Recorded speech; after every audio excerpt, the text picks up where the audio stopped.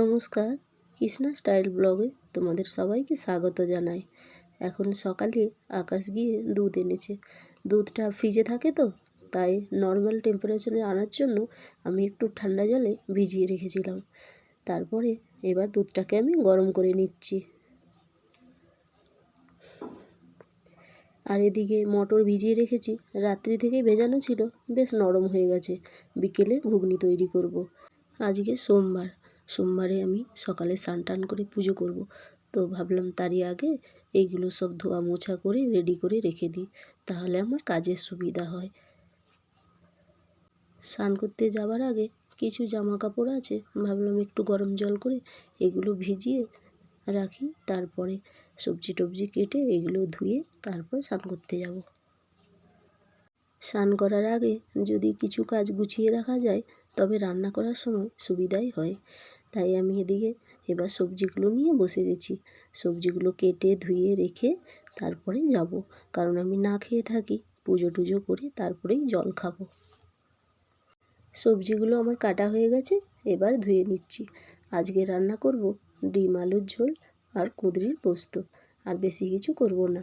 আর মশলাগুলো আমি মিক্সারে দিয়ে দিচ্ছি।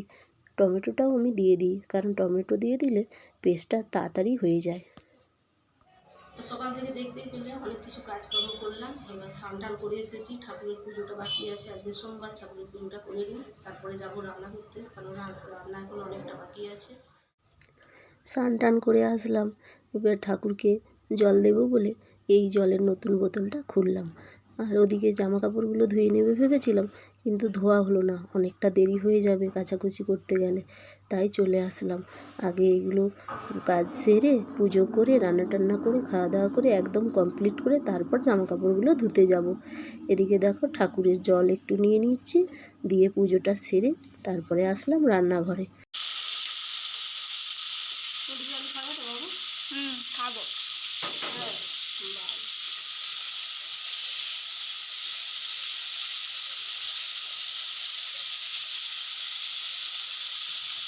ডিম আর আলুটা আমার ভাজা হয়ে গেছে।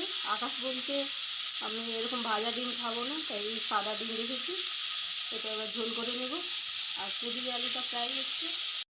পুজোর দিন হলে আমাকে একটু বেশি তাড়াতাড়ি করতে হয় সব কিছুতে, কারণ অন্যান্য দিন প্রত্যেক দিনই পুজো ধূপ দেখানো সন্ধ্যা দেখানো তো থাকেই, তবুও এক্সট্রা করে বৃহস্পতিবার সোমবার এইগুলোর দিন তো একটু বেশি মাজা ধোয়া এইসব করতে হয়। যেমন জলের বোতল, আমরা যে জলের বোতলটা খাই প্রতিদিন, ওই জলের বোতল থেকে তো আর ঠাকুরকে জল দেওয়া যাবে না, তাই আমি নতুন বোতল নিয়ে এসে ওটা ভালো করে ধুয়ে নিই, কার মধ্যে প্রচুর ধুলো থাকে। নতুন সদস্যের সঙ্গে পরিচয় করাবো, তো চলো দেখাই তোমাদেরকে আমাদের নতুন সদস্যকে। এই দেখো আমাদের নতুন সদস্য, এখন ওর নাচ চলছে। গণেশ, খেতে হবে তো, চলো সেদিকে ঘোরো। গণেশ, আমার ভাত খেয়ে নাও। আর এই ক্লিপটা সবসময় দিয়ে রাখতে হবে, নাহলে ও ফুরুট। আবার দেখো কেমন নাচছে। খেয়ে নাও, ভাত খেয়ে নাও। কোথায় ওকে ধরতে যাবো, প্রচুর বদমাস। এই এই এই এই এই এই কোথায় কোথায় গণেশ, গণেশ কি খাবে? গণেশ দাদা কোথায়? দাদা ভাত খেয়ে নাও। ওর এখন খেলাধুলা চলছে, ও যখন আমরা খাবো তখন দেখা দেখিতে খাবো। পয়লা বৈশাখে তো আমরা প্রত্যেক বছর জামাই নাইটি চুড়িদার কুর্তি, তো এই বছর আমি বলেছিলাম পয়লা বৈশাখে নাইটি নেব, তা আকাশের বাবা বলে যে তোমার জন্য একটা সারপ্রাইজ গিফট আছে, তো আজকেই সেই গিফটটা দেখাবো তোমাদেরকে। এখানটা এত রোদ পড়েছে,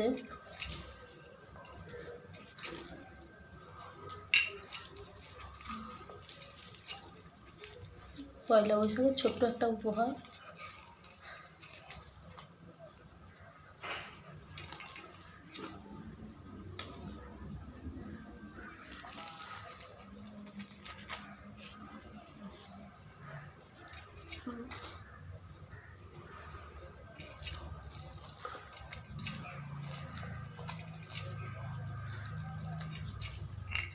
কেমন হয়েছে কমেন্ট করে জানিও।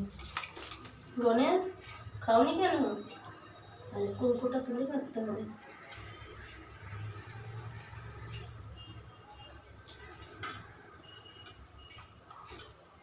মাথার গামছাটাও খোলা হয়নি, খেয়ে দিয়ে উঠে খেতে বসে রোজ হাসি। গণেশ বাবু কখন খাওয়া দাওয়া করবে তুমি? তুমি কি সবসময় নাচু নাচু করবে? খেতে হবে তো, ওকে আজকে স্নান করালে হতো। বাবু ওকে ছাদে নিয়ে যেয়ে স্নান করে দিবি।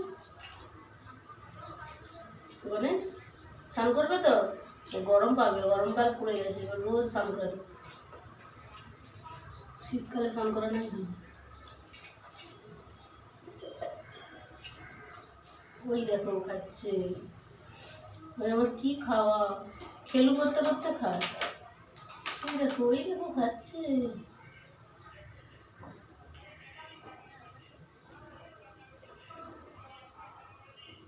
দেখা যাচ্ছে ওকে ক্যামেরায় খাচ্ছে। দেখছি আমি বলেছিলাম না, আমরা যখন খাবো ও তখন খাবে।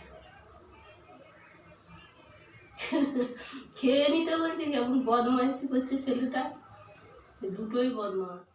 খাওয়া দাওয়া করে আসলাম এবার ছাদে, জামা কাপড়গুলো কেচে ধুয়ে নেব বলে। ছাদে আসার পর দেখছি প্রচণ্ড রোদ ছাদে। দুপুরে ভাত খাওয়ার সময়ও আমাদের ওই রুমটাতে এত রোদ পড়েছে কি বলবো। শীতকালে যখন খেতে বসি তখন রোদ থাকে না, আর গরমের দিনে দেখো কত রোদ্দুর। এত রোদ চড়া যে বেশিক্ষণ বসে থাকা যাচ্ছে না, তাই তাড়াতাড়ি করে জামা কাপড়গুলো কেচে নিয়ে এবার ধুয়ে নিচ্ছি। আবার কিছুটা গাছও লাগানো আছে, সেগুলোতে আবার জল দেব। আর আমার ছেলে আমার সঙ্গে ছাদে এসেছে, প্রচুর দুষ্টুপনা করছে। আবার ওর একটা বন্ধুও এসেছে ওর সঙ্গে দেখা করতে। দুজনে মিলে এত বদমাইশি করছে, আমি তাই বকাঝকা দিচ্ছি আর জামা কাপড়গুলো কাচ্ছি। যা রোদ বেরিয়েছে, একটু রোদ লাগার পরেই জামা কাপড় শুকনো হয়ে যাবে। তাই জামা কাপড়গুলো ধুয়ে মিলে দিয়ে এখন রেখে চলে যাব, সন্ধ্যার সময় আসবো নিতে, কারণ তখনকে শুকিয়ে যাবে। এখন গরমের দিন তো, তাই বেশিক্ষণ আর লাগে না জল শুকনো হতে। আর রোদ গরমের সঙ্গে সঙ্গে হাওয়াও দিচ্ছে ছাদটার ওপর প্রচণ্ড। জামা কাপড়গুলো কেমন দুলছে, এই হাওয়াতেই অর্ধেক জামা কাপড় শুকনো হয়ে যাবে। আজকে তো সব সারাদিনের কাজকর্ম তোমাদের সঙ্গে শেয়ার করলাম। আজকে ব্লগটা এই পর্যন্তই, দেখা হবে অন্য কোনো নতুন ব্লগের মাধ্যমে।